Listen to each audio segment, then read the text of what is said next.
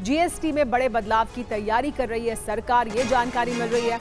12% वाले स्लैब को खत्म करने पर विचार किया जा रहा है। 12% जीएसटी वाले सामान को 5% के स्लैब में लाने की तैयारी है। कुछ सामान को 18% की श्रेणी में भी ले जाया जा सकता है। सूत्रों से खबर यह मिल रही है कि अगली जीएसटी परिषद की बैठक में फैसला संभव है। जीएसटी में बदलाव से आम जनता को फायदा होगा, ये कहा जा रहा है, क्योंकि ज्यादातर आम लोगों के जरूरत की चीजों को 12% से 5% की श्रेणी में लाने की तैयारी है, ये कहा जा रहा है।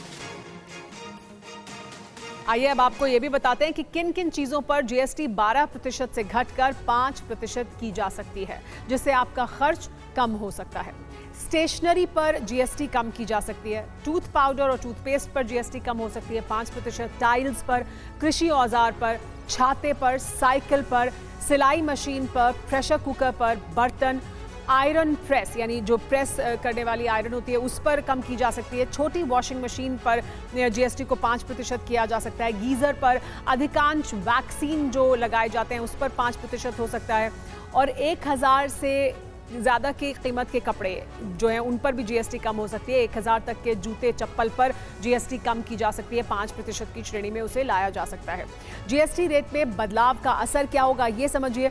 केंद्र पर 40 से 50 हजार करोड़ का बोझ संभव है। रेट कम होने से लोग ज्यादा सामान खरीदेंगे, सामान की खपत और सरकार का राजस्व बढ़ेगा। सूत्रों का दावा है कि सरकार बोझ सहने के लिए तैयार है, लेकिन इसमें दिक्कत क्या है वो समझिए। राज्य सरकारों को इसके लिए तैयार होना होगा। राज्यों को डर है कि उनके लिए तैयार करना मुश्किल होगा, एक चुनौती होगी। राजस्व पर असर संभव है और वो इस मुश्किल को, इस मुसीबत को, इस बोझ को वहन करने के लिए पूरी तरह से फिलहाल तैयार दिखाई नहीं दे रहे हैं।